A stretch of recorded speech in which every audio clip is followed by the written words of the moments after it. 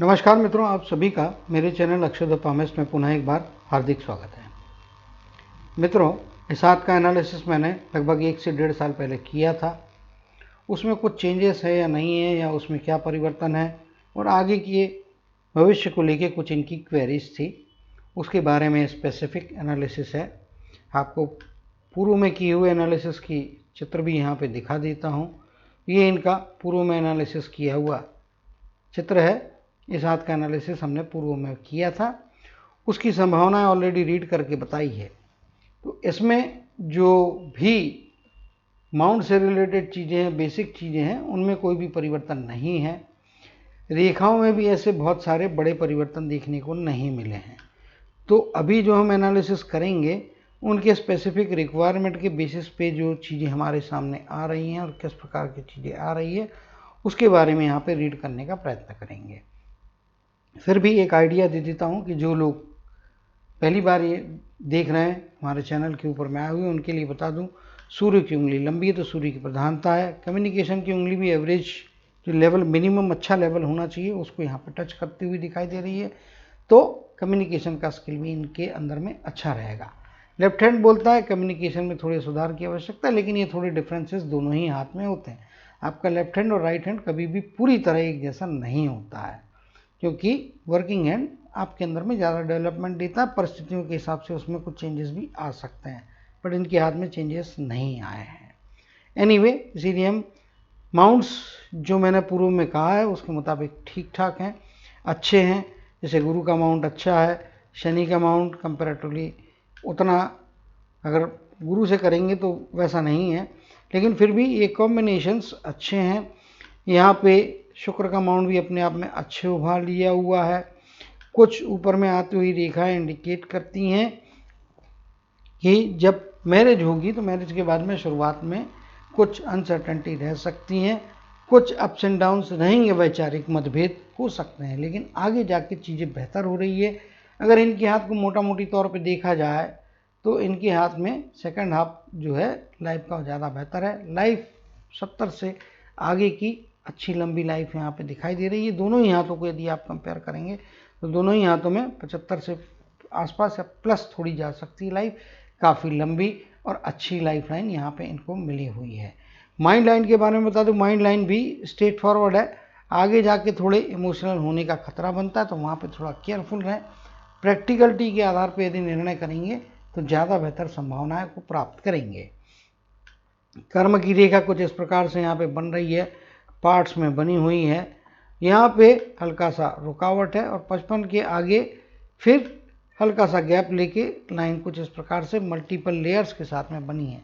इसके मुताबिक 49 से 50 का पीरियड जो है, यानी कि 49 कंप्लीट करके रनिंग 50 में जाते हैं। थोड़ा संभाल के रहने का, आर्थिक कोई भी रिस्क नहीं लेने का। 55 की आयु, लगभग 53 के आसपास की आयु और 60 के आसपास की आयु, इन एजेस में फाइनेंस से रिलेटेड कोई भी बड़ी रिस्क नहीं लेना है। रनिंग 50 का जो ईयर है या 49.5 से लेके 50.5 का पीरियड है, इसमें थोड़ा लो प्रोफाइल रहें। यहाँ पे तो बिल्कुल भी किसी भी प्रकार का फाइनेंशियल बड़ा डिसीजन नहीं लेना है। फाइनेंस से रिलेटेड अदरवाइज तकलीफें आ सकती हैं। तो भाई किसी जगह यदि आप कोई प्रॉपर्टी में जैसे पैसा डाला, या तो प्रॉपर्टी हाथ में फंसी हुई निकलेगी, हाथ में देरी से आएगी तो नुकसान है, या जिस पर्पज़ से प्रॉपर्टी खरीदी है वो पर्पज़ ही पूरा नहीं हो रहा है, ऐसी भी संभावना है। या कहीं पे आपने पैसा लगा दिया, सोचा कि ये बढ़ेंगे, इन्वेस्टमेंट करेंगे, वैसी चीज़ नहीं हो रही है। या किसी को पैसा उधार दिया है तो वो फंस जाएगा। ना पैसा उधार देना, ना पैसा आपको किसी से लेना है, ना लोन लें ना किसी को लोन दें। ये जितनी भी एजेस मैंने बताई है, 50, 53, 55, 60 के आसपास का पीरियड, यहाँ पे थोड़ा केयरफुल रहना। 49 की एज में भी, रनिंग 49 में भी पैसे से संबंधित बड़ी कोई भी निर्णय लेने से इनको बचते रहने की ज़रूरत यहाँ पे स्पष्ट तौर पे दिखाई दे रही है। चलिए हाथ के चित्र को बड़ा कर लेंगे और चीज़ों को करीब से जानने का प्रयत्न करेंगे, किस प्रकार की संभावनाएं हाथ में यहाँ पे दिखाई दे रही है। चित्र को मैंने अभी बड़ा कर दिया है। लाइफलाइन को यहाँ पे हम रीड करेंगे। सबसे पहली चीज़ तो यहाँ पे 31 के आसपास का पीरियड, 33 के आसपास का पीरियड थोड़ी बहुत परेशानियाँ यहाँ पे दे सकता है, तो केयरफुल रहने की आवश्यकता दिखाई दे रही है। तो ये जो पार्ट है यहाँ पे कुछ इमोशनल थोड़े बहुत अप्स एंड डाउन्स हो सकते हैं, बट यहाँ पे किसी भी प्रकार का फाइनेंशियल नुकसान नहीं है, तो चिंता की कोई ऐसी बात नहीं है। 35 के आसपास में भी एक छोटी सी यहाँ पे लाइन हल्की सी बन रही है, बट इसको प्राप्त करने के लिए आपको मेहनत करना पड़ेगी, क्योंकि ये लाइन एक इम्प्रेशन है जो 25 से 30% मैक्सिमम आपको रिटर्न्स दे सकता है। अगर आप देख पा रहे होंगे वीडियो में दिखता है तो ठीक है, ये बहुत छोटी लाइन है, इसको थोड़ा स्ट्रेच करके मैं बना रहा हूँ। 35 के आसपास का पीरियड है, यहाँ पे कुछ चीज़ें आपके लिए बेहतर हो सकती है, बट उसको बेहतर करने के लिए आपको काफ़ी मेहनत करने की ज़रूरत यहाँ पे पड़ने वाली है। ये निश्चित तौर पे आप मान के चलिएगा, मेहनत काफ़ी करना पड़ेगी। चीज़ें आसानी से या बेहतर तरीके से जो आ रही है लाइफ में, वो 45 के आसपास की एज, यहाँ पे 45-46 कहिए आप मोटा मोटी तौर पे, ये 49 के आसपास की एज, फिर आप यहाँ पे देखेंगे इसी का एक प्रोजेक्शन जा रहा है 50 के आसपास की एज, यहाँ पे लगभग 54 के आसपास की एज, फिर यहाँ पे 58 के आसपास की एज, 60 के आसपास की एज, 61 कह लीजिए, फिर यहाँ पे 68 कहिए। ये एजेस में आपको प्रोग्रेस करने के मौके अच्छे मिल रहे हैं। अब मैंने शुरुआत में बताया था कि कुछ एजेस में आपको थोड़ा फाइनेंशियल रिस्क नहीं लेना है, तो यहाँ पे प्रोग्रेस हो रहा है, तो यहाँ पे पैसा कमाने की, जंप मारने की आपके लिए अच्छे फेवरेबल सिचुएशंस है।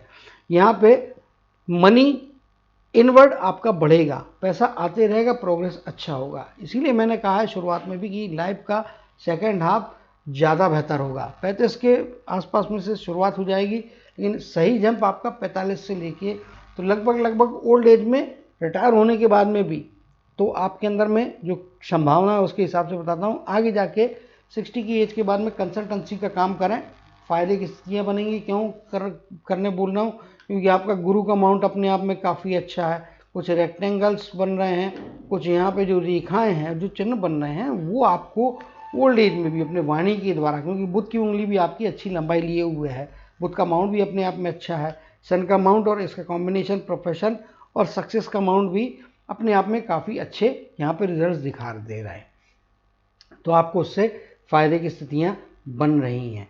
ये आपके लिए सारे प्रोग्रेस देने वाले समय हैं, और ये एक जिस प्रकार से रेखा यहाँ पे लैप करती हुई जा रही है, बट बन रही है। ये जो रेखा है, ये आपके मणिबंध के हिसाब से यहाँ पे आ रही है, कुछ मल्टीपल रेखाएं हैं, तो आपको विदेश के कनेक्शन के बारे में सोचना चाहिए।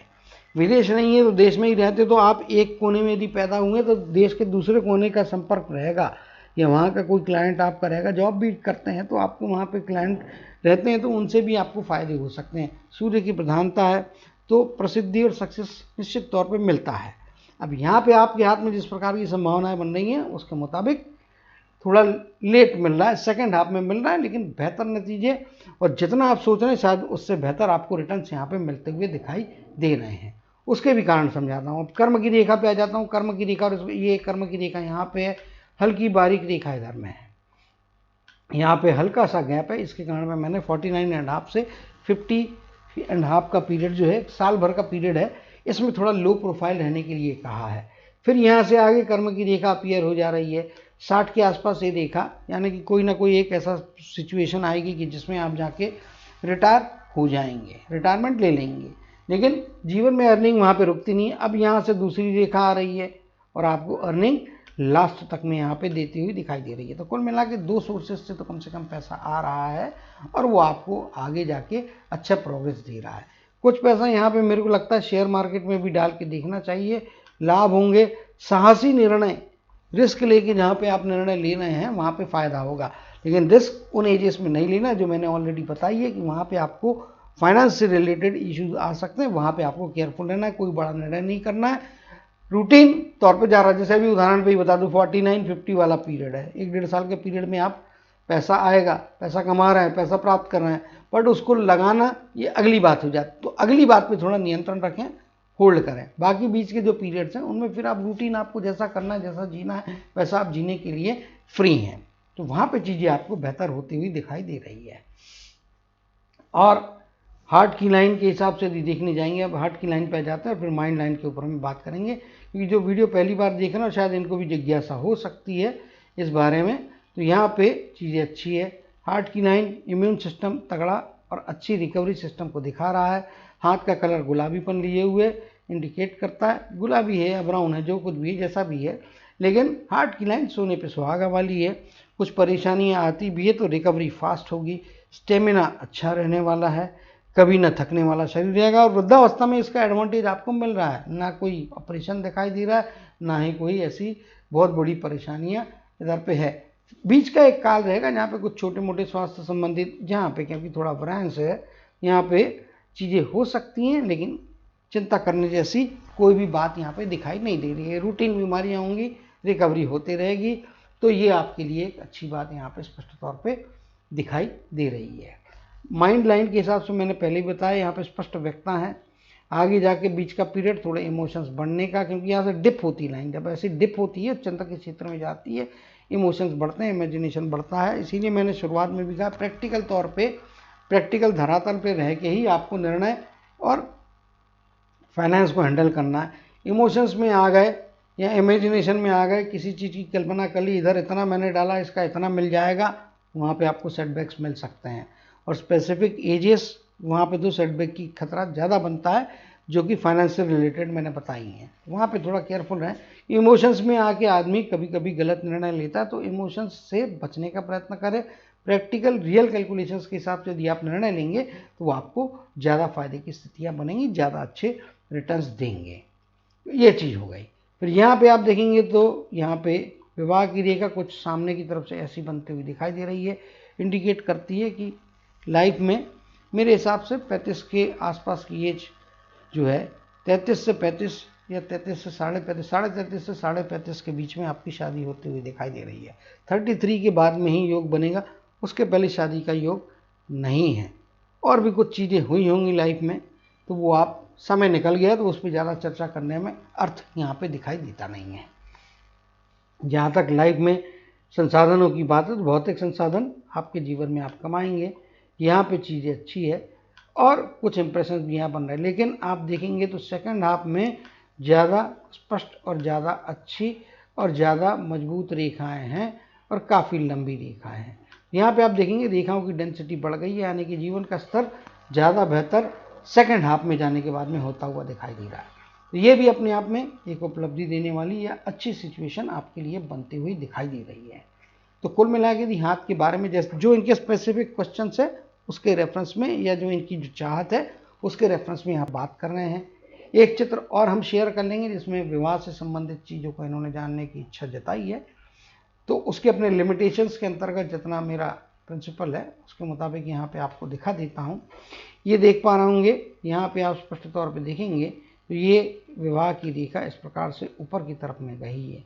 सामने के पार्ट में सिर्फ हमको सामने का जो इसके पूर्व का चित्र था ये वाला पार्ट दिखाई दे रहा है, नीचे का पार्ट नहीं दिखाई दे रहा है। और उसको रेफरेंस में रखते हुए आप यहाँ पे पकड़ेंगे तो ये आपकी 35 के आसपास की आ जाती है। इसी कारण मैंने, क्योंकि इसको 70 भाग में तोड़ना बहुत मुश्किल है और 0.1 0.2 में आपका या 0.3 mm के अंदर में आपका जो है 1 साल का एरिया कवर होता है। इसीलिए 33 से 35 लगभग एज यहाँ पे मैंने इंडिकेट की है। इस एज के अंदर में डेफिनेटली इनका मैरिज होगा, अच्छा मैरिज होगा, पत्नी की तरफ से अच्छे रिटर्न्स मिलते हुए दिखाई दे रहे हैं, लंबी संभावनाएं हैं और पत्नी की एडवाइस इनके लिए फ़ायदे करती हुई दिखाई दे रही है। तो वापस पुराने चित्र की तरफ में चलेंगे, वो देखने का प्रयत्न करेंगे किस प्रकार की चीज़ें और यहाँ पे रह गई है। तो बाकी यहाँ पे ऐसी चीज़ें हैं नहीं, गुरु का पर्वत अपने आप में अच्छे निर्णय की क्षमताएं यहाँ पे दे रहा है। तो उम्मीद करता हूँ कि जिन एजेस में मैंने इनको संभाल के रहने बोला है, केयरफुल रहने को बोला है, वहाँ पे केयरफुल रहेंगे और कोई रिस्क नहीं लेंगे तो अच्छा है। बाकी समय ओपन है, प्रोग्रेसिव हाथ है, लाइफ का सेकंड हाफ ज़्यादा बेहतर है। बार बार इसलिए बोल रहा हूँ कि अभी तक का जो जीवन है और सेकंड हाफ के करीब में आप पहुँचते हुए दिखाई दे रहे हैं। तो आने वाला समय आपके लिए अच्छा प्रोग्रेस देने वाला, फ़ायदे कराने वाला है। कुछ मानसिक तनाव दबाव की स्थितियों का भी जिक्र मैंने किया, तो वहाँ पे चीज़ें आपको थोड़ी संभालना है। एक जगह यहाँ पे बताना रहेगा, 70 के आसपास की आयु में कुछ हल्का सा डेंट के जैसा बन रहा है, तो यहाँ पे भी कुछ मानसिक तनाव दबाव रहेगा। तो सभी के जीवन में रहता है, परिवार बड़ा होता है, बच्चे बड़े होते हैं, उनका भविष्य बनता है, तो उससे संबंधित कुछ निर्णयों के लिए तनाव या दबाव आ रहा है, लेकिन नुकसान किसी भी प्रकार का नहीं हो रहा है। आशा करता हूँ कि जो बातें मैंने ध्यान में रखी उसके मुताबिक अपने अंदर में चेंजेस लाएंगे तो बेहतर स्थितियों को प्राप्त करेंगे। डेस्टिनी को आप बदल नहीं सकते, लेकिन उसका इम्पैक्ट कम ज़्यादा करने का प्रयत्न अवश्य तौर पर कर सकते हैं, क्योंकि कर्म हमारे हाथ में है। इसीलिए सफलता की लाइन, यदि अपॉर्चुनिटी की लाइन बनी है, कर्म नहीं किया तो उसका फायदा नहीं मिलेगा, तो कर्म तो करना पड़ेंगे। जहाँ पे लाइन नहीं बनी है लेकिन आप कर्म करेंगे तो हो सकता है ऊपर वाले का आशीर्वाद उस पीरियड में भी आपको कोई बड़े नतीजे दे सकता है। तो उम्मीद करता हूँ कि इन बातों को ध्यान में रखेंगे और अपने जीवन में अच्छी सफलताओं को, अच्छी प्रसिद्धि को, अच्छे धन के लाभ को और अच्छे पारिवारिक सामाजिक जीवन का आनंद लेते हुए हमेशा खुशहाली का जीवन आगे बढ़ाते रहेंगे। इसी कामना और आशीर्वाद के साथ जय श्री कृष्ण, जय जय शनिदेव कहते हुए इनके हाथ के एनालिसिस को समाप्त करते हुए आप सभी से विदा लेता हूँ।